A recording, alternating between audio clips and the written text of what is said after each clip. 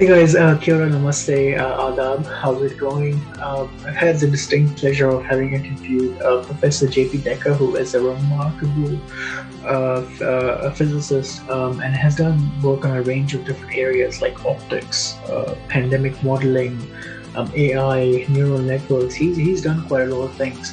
So it's my distinct, well, yes, it is my great pleasure to be presenting to you my interview with JP.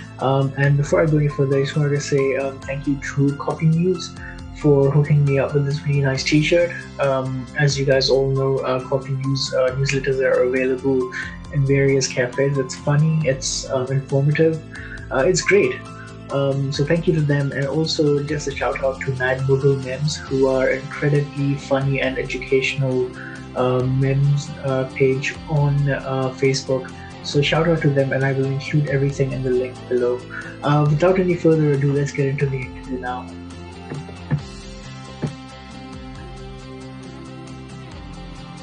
That's very, very loud. Zoom. Yeah, Kira, namaste, guys. This is my friend JP who is joining us to discuss things about physics and mathematical modeling and all sorts of interesting stuff. His resume is breathtaking. It's really impressive, and I am so honored and glad to meet him face to face and start asking him my questions. So, welcome, JP. And what I would like to know first of all is how did your journey begin? How did you decide you wanted to pursue physics, and where did it start? And Physics. So when I was in my 11th and 12th in school, at that time, particle physics, the God particle or the Higgs boson, that was like one of the most trending topics of research that like we used to hear that every day.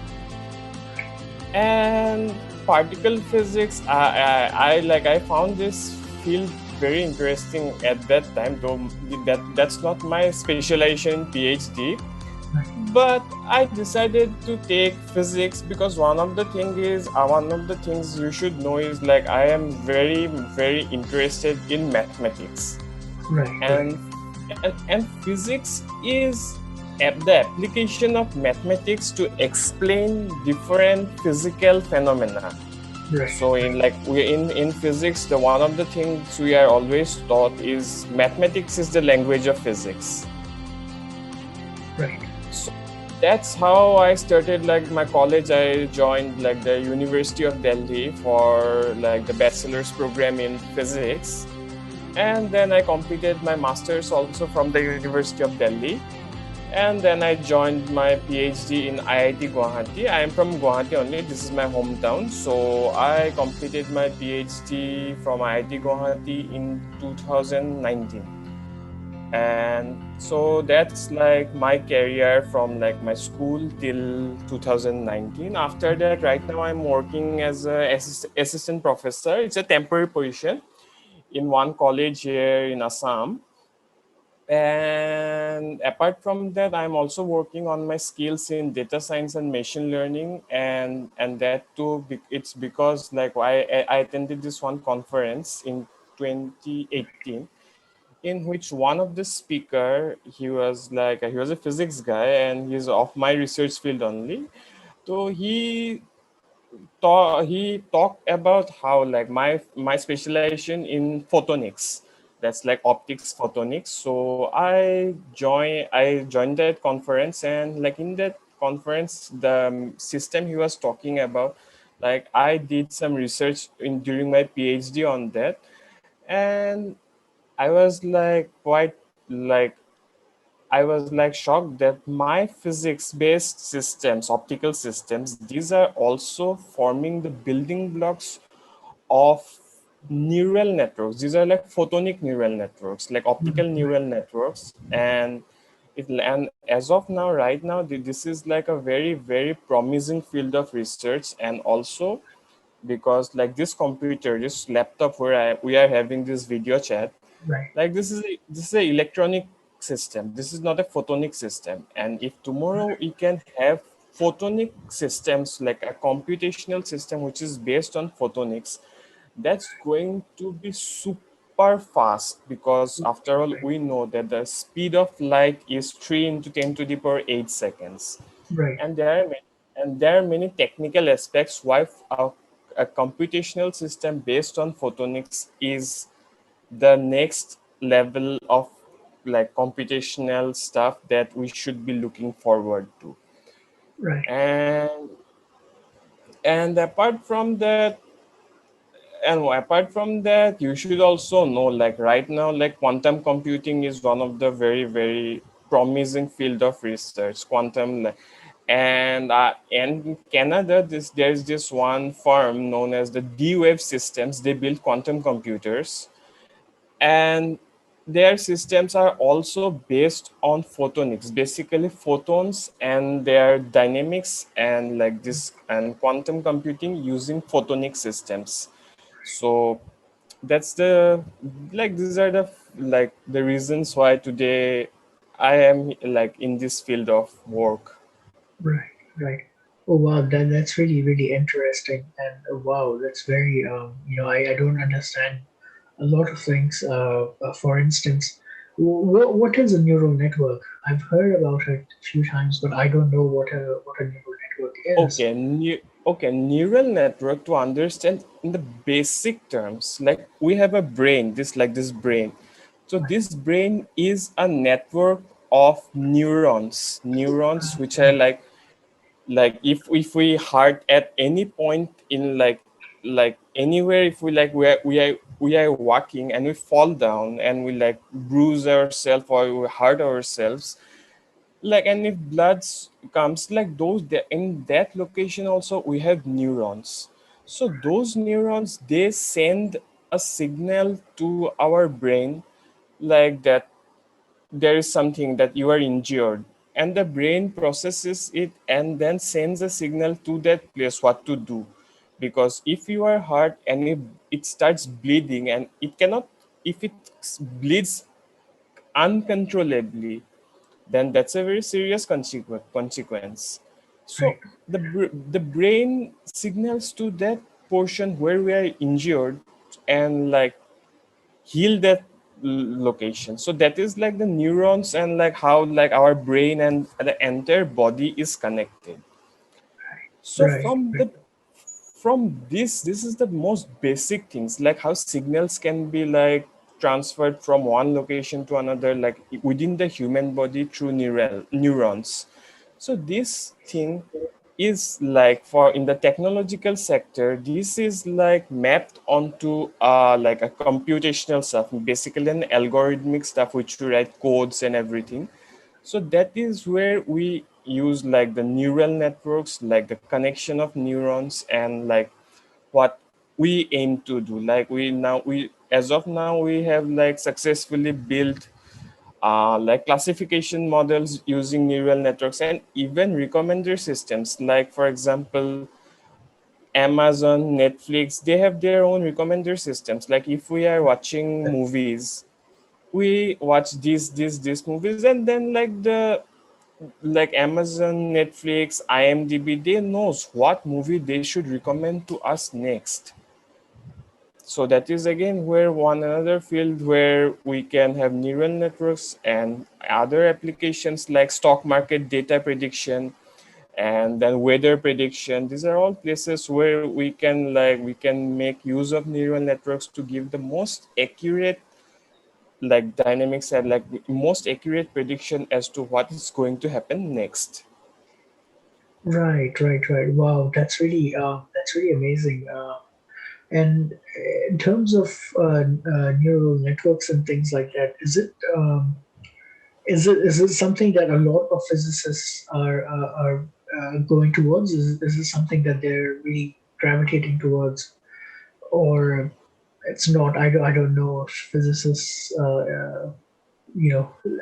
Yeah, I get your point. Like, see, I'm a physicist, and neural networks, machine learning, those are basically topics within applied mathematics and statistics. And now, like, the computer science people have also now like taken hold of this field, and like they are expanding this. So neural networks, machine learning, as of now, there are like research going on physics inspired machine learning. Right. Like physics can also inspire machine learning. Like there's this one topic in recommender systems which is called the restricted Boltzmann machine. Right. Right.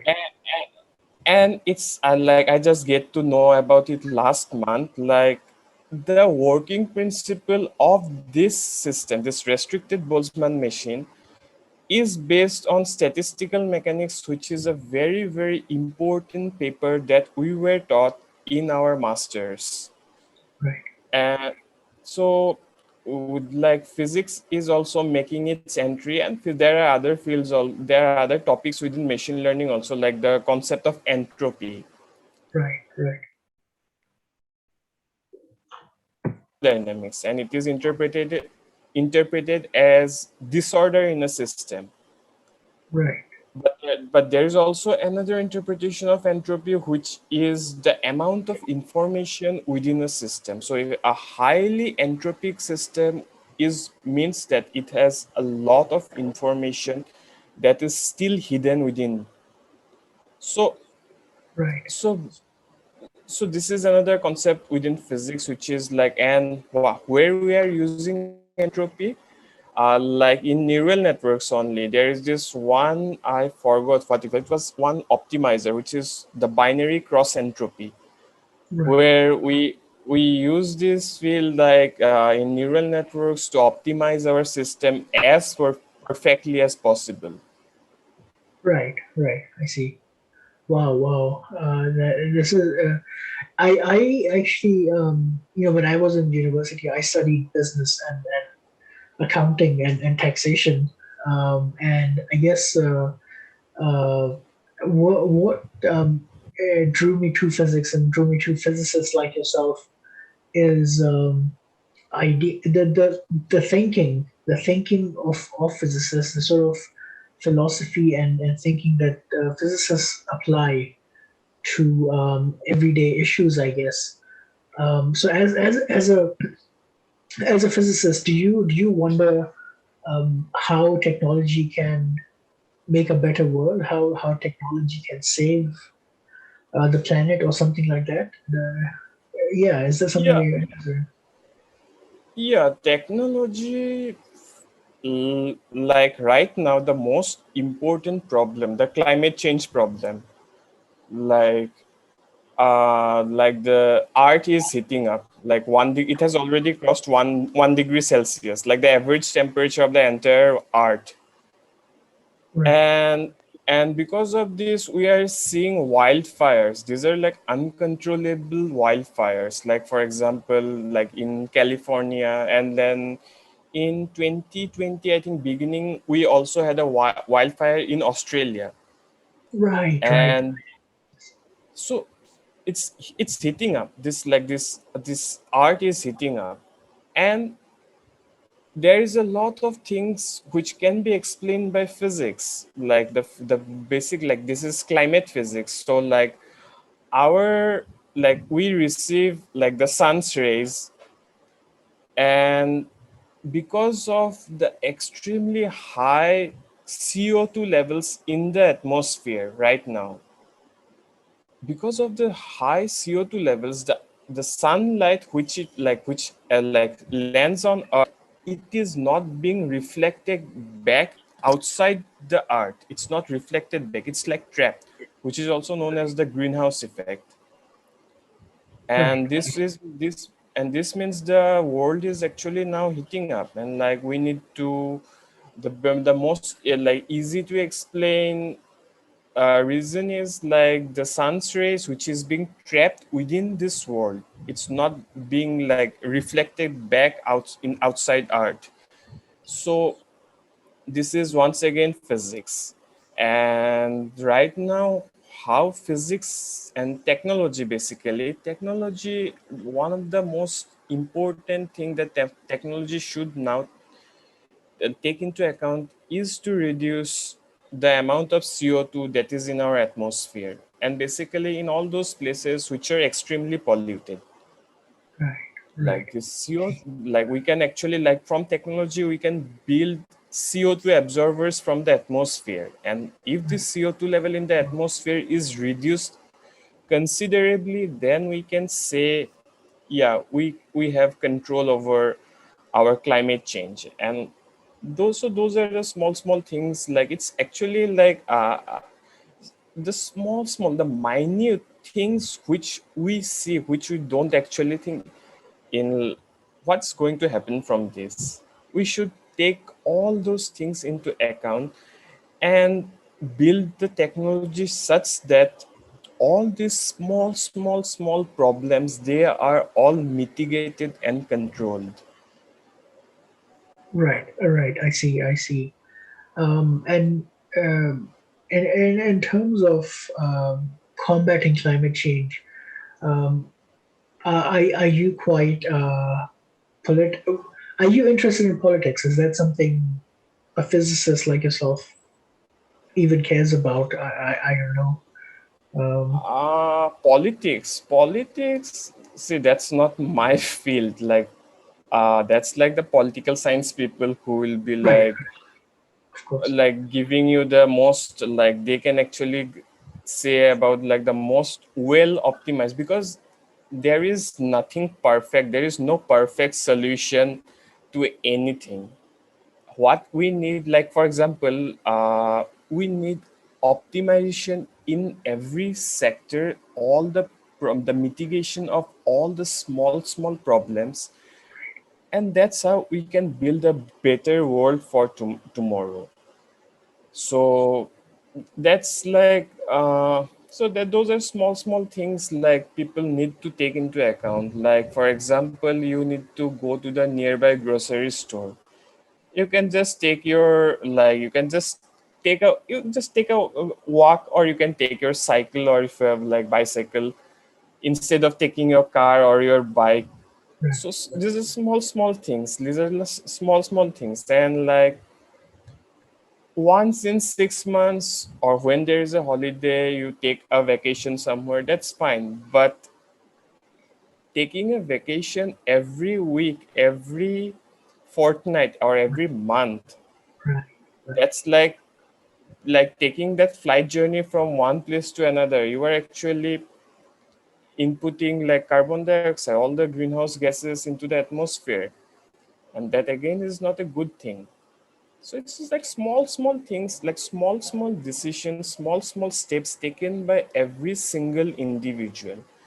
We can say like the government do this, do that, but we can take responsibility into our own hands and take all those small steps and build a better planet, for not only for us, for every single living organism in this world.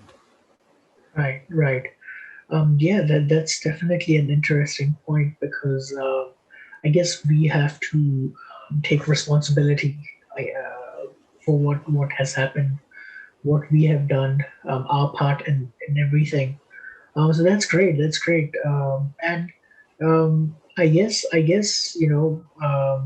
studying climate science. Do you feel that that is something that should be compulsory in schools, or at least the teachers should teach about climate science in school? Or what are your thoughts? What are your thoughts on something like Yeah, that? yeah, yeah. Teaching climate science to even the school-going students, maybe not at like the elementary levels, but at the middle or the senior school level, that should Right, be important. And I would say if like in like the senior school level, if they have a compulsory paper in climate science, and we should be able to like tell these young people like what you should do, what you shouldn't do, why you should take care of the climate. Because 1 degree Celsius is just a, we will say see that it's just a little bit hot, but for the entire world, this is average of 1 degree Celsius increase is a huge problem. Like right now we're seeing such heavy rainfall in Europe, right, and all those wildfires, and there are many problems. Like this city, like this region of India where I am from, we don't have ACs in our house right, because because the summer is at max, it gets at near around 35 degrees Celsius, but like 30 to 35 degrees Celsius it stays most of the time, and there are plenty rainfall. And the winter it gets near around 10 degrees Celsius. So we don't have a housewarming system, also we don't have a AC system also in our home. Then like, and if this region, if the temperature here it crosses like for example 45 or 50 degrees Celsius, like it happened in Canada some months ago, it's going to be disastrous here. Right, right. Wow, yeah, that's a lot of things to think about, I guess, for every one of us. And Exactly. yeah, yeah, absolutely, I agree. And it's interesting. You talked about we talked about COVID modeling and things like that. So if you like to talk about your work and modeling, Okay, yeah, COVID modeling. So this year in March, so what I was seeing in like the COVID data, like as we are increasing the number of tests done in a day in the country, that is in India, the positivity rate was also increasing. Yeah, we are detecting more cases of COVID because we are doing more tests. So we'll be detecting more cases of COVID, like more confirmed cases of COVID. But at the same time, the positivity rate was also increasing. right, And by the end of March, like it was so like the more tests you do, the more positivity rate you will have. And this is like a very serious scenario in the country. And by May we had like near on for a week to 10 days we had 4 lakh cases in the country. right, right, And that was like in places like Delhi, it was like a big disaster. It was, and like there are other places also, like schools and colleges were once again closed, like in my state also, like colleges were closed since last week of April, and it's going to open this month. And that's going to harm the students because like see, for I'm a physicist, a physicist at this college level, if he or she doesn't get to do an experiment with hand, right, a engineer, he or she doesn't do an experiment in a lab, right, then right. these are Wow, very very serious problems, like which the students are going to face as they, like if some of them are like they are very much into the tech sector and they wanted to work in like the engineering aspects of like whatever engineering they're studying. So these are small things. And like, and yeah, like this that basically in scientific terms I will say, like there was a very strong correlation between the number of tests done in a day to the number to the positivity rate of that day. And so that was what, like the second wave of the pandemic, and it was, and in India it was far more disastrous than the first wave even. The first wave, like the maximum number of cases in a day, it reached near around 1 lakh, but this time it crossed 4 lakh. And the like it was like, if I look back at history, it was very much similar to how the Spanish flu happened. Like in Spanish flu also, the second wave of the Spanish flu was disastrous than the first wave. wow. Okay, I see. I see. I didn't.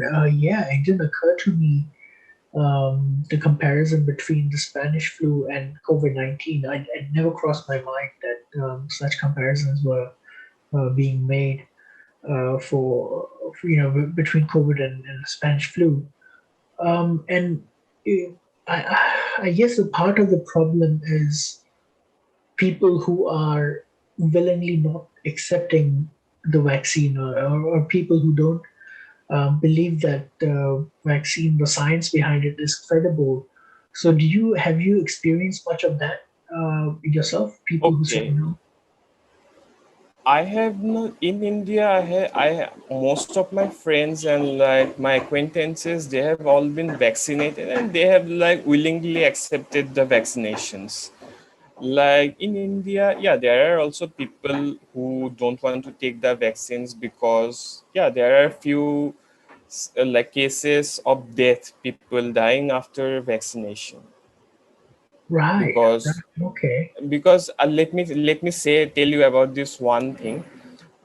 In southern India, in I think in Tamil Nadu, uh, you are admitted into the hospital, and the doctors ask you about your like where are you from, about your like hereditary, like my I would say like your family, why you are from some tribe or like your basic details. They want to know that. Why do they want to know that? Because it has already been reported like that there's this, I forgot this, there's this one section of people, they are allergic to anesthetics.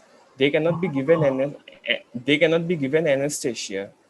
right. Right. Right. Like, and so the doctors, it is their duty to make sure that they can be given. So if you are going for a surgery, you will be given some form of anesthesia. It can either be a general anesthesia or local anesthesia. So there is always like in vaccinations, in any form of intravenous things where like you are injected with something which you don't eat or which you don't encounter in your day-to-day life, it may be allergic to you. There is always, because that's why like, yeah, I know about an anti-vaccination people also. I'm not from India, from outside India. Yeah, there is always this their concern that whether the vaccines are safe or not. That is why like the vaccination trials, they should not be biased. They should be like everyone should like be given like during the trials like 30,000, 40,000. How many trials you do, it should Right. not Right. be biased. Like I'm giving, so there is like this medical sector is not like a 1 plus 1 equals to 2. It's not. There are many circumstances, there are many scenarios, there are like innumerable number of scenarios that can happen in the medical sector. Like for medicines also, there are many people allergic to some medicines. There are some people who cannot take steroids like, so like the anti-vax people, if you can take the vaccine, would say take the vaccine, because it has already been reported like like right now the variant that is surging all across the world is the Delta variant. So take the vaccine, be safe. That's like what I would say. But and if you cannot take the vaccine, follow COVID appropriate behavior like a mask, social distancing, and all those small steps. Because yeah, there is no perfect solution. Like if you do this, you will get this in the medicine and all those things. So I will not say, I will not dictate like go take the vaccine. Right. I will Right. not I will not do that, because there may be people who are allergic to the ingredients within the vaccine, and Right. people may also die because there is no like there is no single answer to this problem. Right.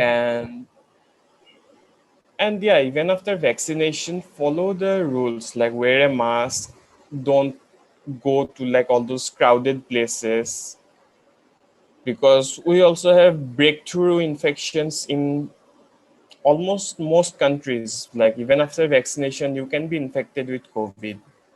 Right. And that is also that is like, I will say you one small thing, like vaccinations doesn't give you 100% protection, but it can save you. It can give your body the ability to fight against that infection. Like here in India, we have all those like dogs and cats running around in the streets. So right, if we are bitten by a dog or a cat, we are immediately advised to take the rabies vaccines, right, because the dog or the cat, they may be infected with rabies, and rabies is a very serious disease. But and even after being vaccinated, and if you are like bitten by a rabid dog again, you may be asked to take vaccinations again. right, right. Yeah, yeah, yeah. That's a very interesting point. And I guess, yeah, the fact that you spoke about allergies and things like that to the vaccine. So yeah, I guess I didn't know that. I had no idea that you could have a allergic reaction, and in some ways it makes me sympathize a little bit with the anti-vax people who might Exactly. have some concerns. And Yeah. yeah, yeah, yeah. So it's good to have that bit of knowledge from you. And I guess with regards to vaccinating, there's a anti-vaxxers, but the funny side of it is there are people who believe in all sorts of strange conspiracies and whatnot, and they think that the vaccine will somehow control them or put a chip in their bodies, or all sorts of crazy theories and stuff like that. So you must. I mean, Yeah. it's a bit funny, but it's also, what do you make of that? Like the conspiracy theorist people. Yeah, yeah. I mean, See, this conspiracy theory people, like these people who like comes up with all the conspiracies, like Neil Armstrong, Edwin Aldrin, they never landed on the moon. It was all done here in Earth. We have all the conspiracy theories. Like one of the thing that people should know before believing in a conspiracy theory is the conspiracy theory comes into existence when something is not happening according to how we see it should happen. right, right. I see.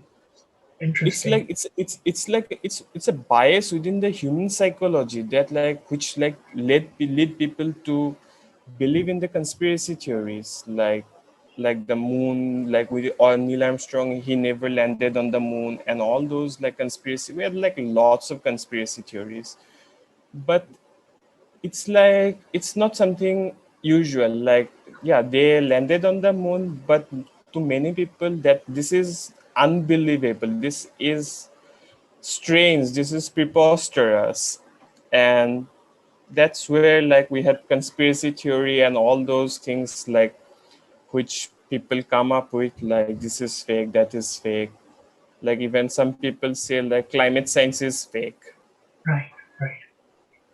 Yeah, yeah, yeah. They do, and I won't name any names, but I do have people on my Facebook and social media who do believe in these sort of things.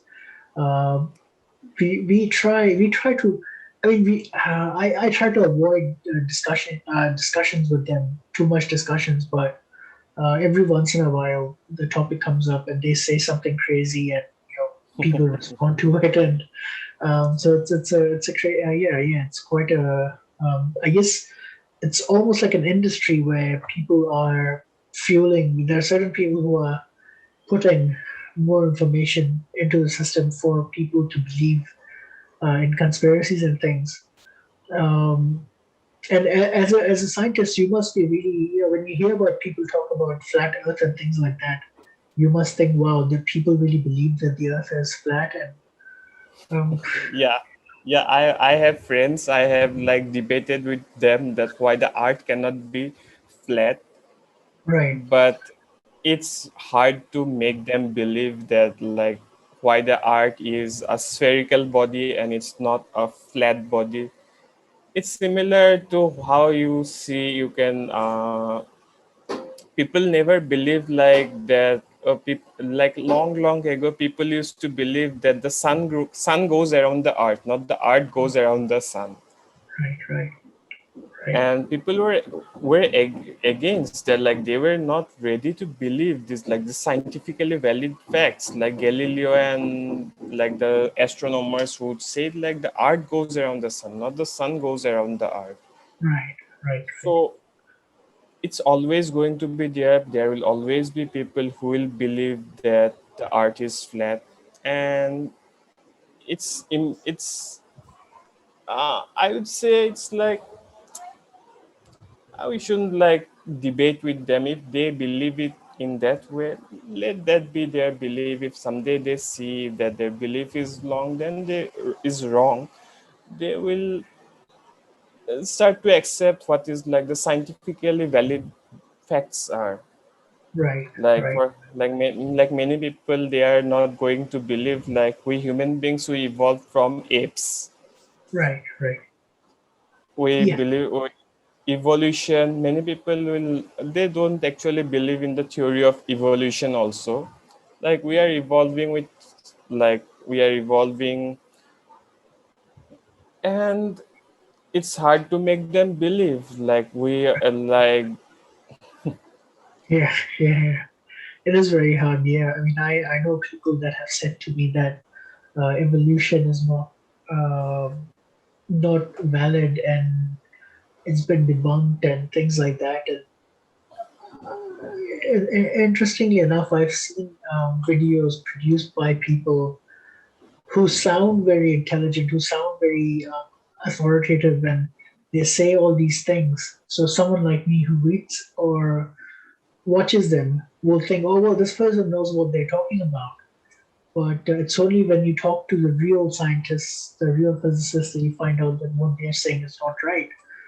Um, and I guess your job, in many ways, in this today's world, is to help people understand that these people on YouTube or Google or wherever who are spreading these ideas, don't listen to them. Well, if you want to listen, then listen. But yeah, you're teaching them the importance of scientific methods and things like that.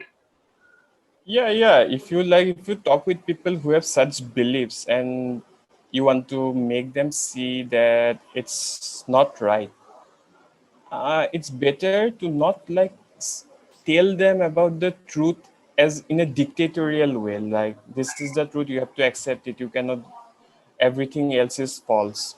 Then people will not, they will not believe you, will not hear you. But if you take the patience and like to make them see why like this is valid and that is not, they may or they may not, but Right, you have to wait your time. right, yeah, yeah, yeah. So I'll just ask one last question, JP. What do you, in terms of quantum computing and things, um, I keep hearing from the people at IBM and other places that we will use the quantum computers to do calculations that are too uh, too hard for your traditional computer. So what sort of applications are they talking about? What are these calculations and things like that? What are they? Okay, Yeah, see, one of the thing about quantum computer is quantum computers are extremely efficient. right, They're fast, they're efficient, but the other thing is they need the perfect setup. Like you cannot have a quantum computer like in this room temperature, which is around 30 degrees Celsius.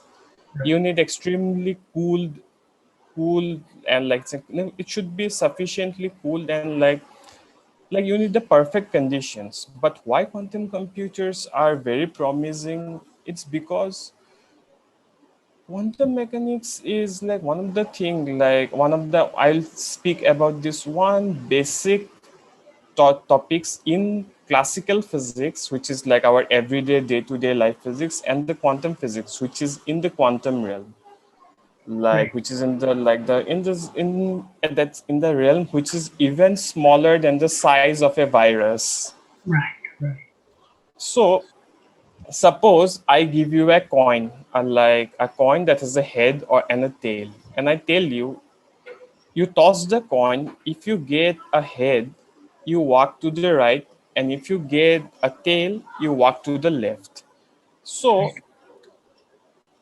if this person to whom I'm telling you to do this, I ask him like toss the coin 1,000 times, and at the end of 1,000 steps, like every time he's going to toss, he's going to take a step. At the end of 1,000 steps, he is going to be found, like his most likelihood, like this the maximum probability of his location at the end of 1,000 steps will be exactly where he started. Right, right. Wow. The maximum probability, it's not going to either to the extreme left or to the extreme right. But in a quantum system, if he takes the coin and he tosses it, he gets a head. After that, he may move to the left or to the right.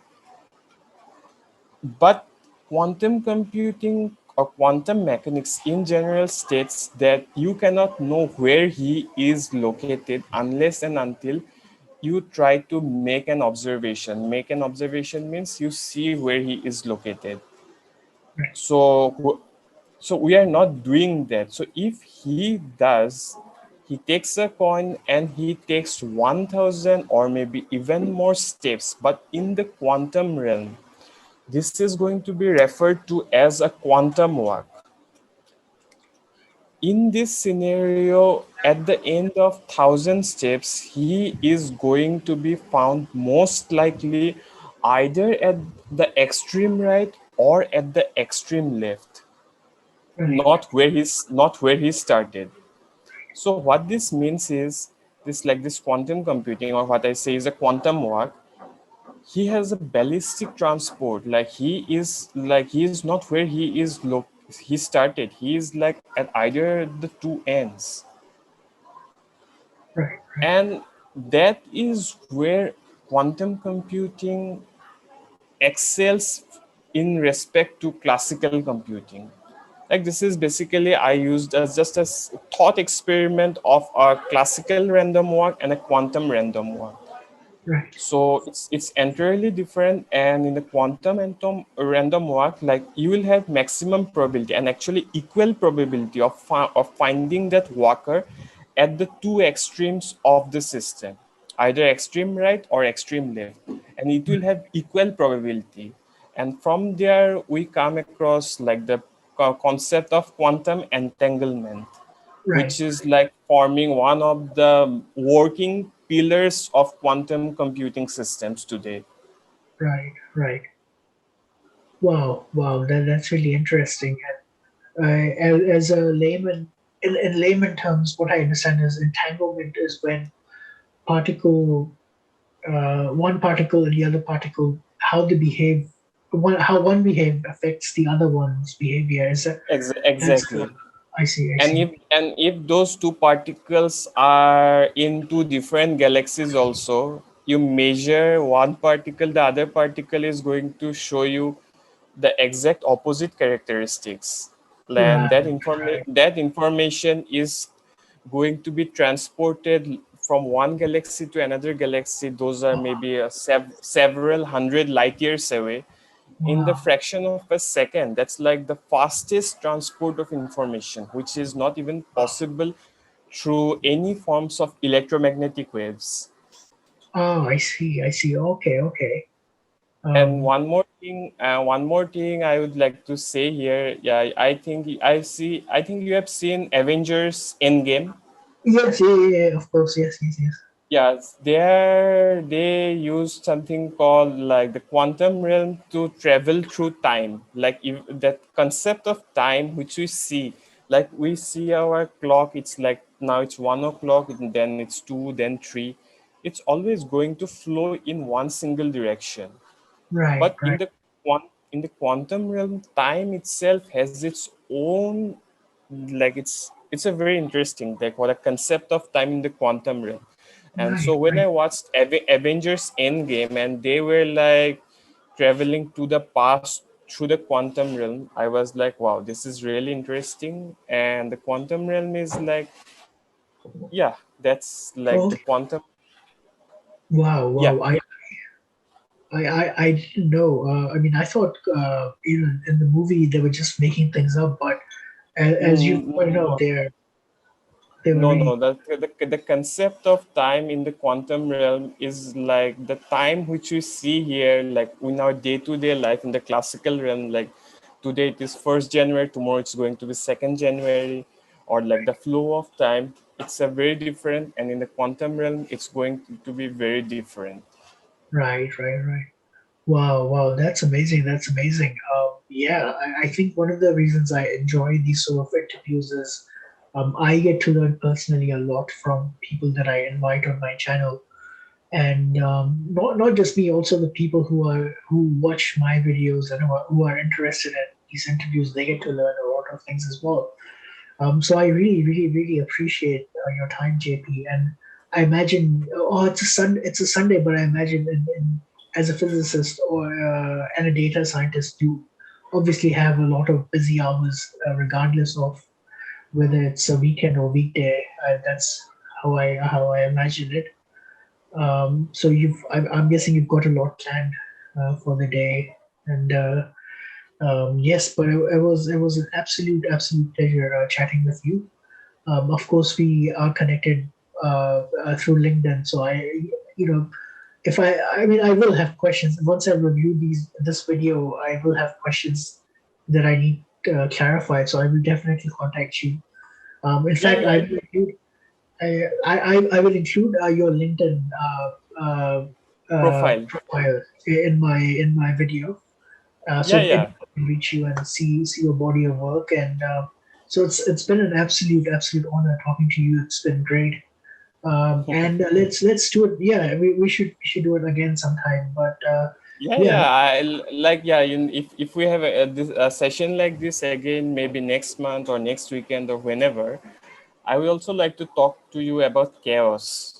What is chaos? of course, yes, I would love that. That would be And and awesome. and also like one of my professor like who taught us in my masters, and one of his problem in which he theoretically studied like how the first unicellular organism came into existence from the interaction of amino acids in this world. Like the Right, right, right. I'll Wow. I'll like talk about that also. Yeah. Everyone's favorite topic. Yeah, it's Actually, a actually, actually, I like to talk about science a lot. Like yeah, yeah, things, topics in science from the layman's perspective, like right. from the public. Like I also gave a few lectures, public lectures when I was in IIT Guwahati, I see, I see. and those were like very interesting sessions, and like the question and answer discussions after that. I like enjoy those a lot. Right, right, right. Oh wow, that's amazing. That's amazing. Yeah, yeah. Let's do that. Let's do that. And yeah. Thank you so much. Thank you so much for joining me. And guys, Okay. please follow JP. Please follow JP on LinkedIn. Are you on any other platforms apart from LinkedIn? Is there? I'm in Facebook also. Oh, great, great. We'll find. Yeah, I'm sure people will find you. People specialize in finding people on Facebook. So again, thank you, JP. I really appreciate it. And I hope you have a very lovely day and a great Yeah, week. yeah. And talk soon. Thank you, Okay. JP. Take care. Take care. Yeah, you can stop it. Thank you, JP.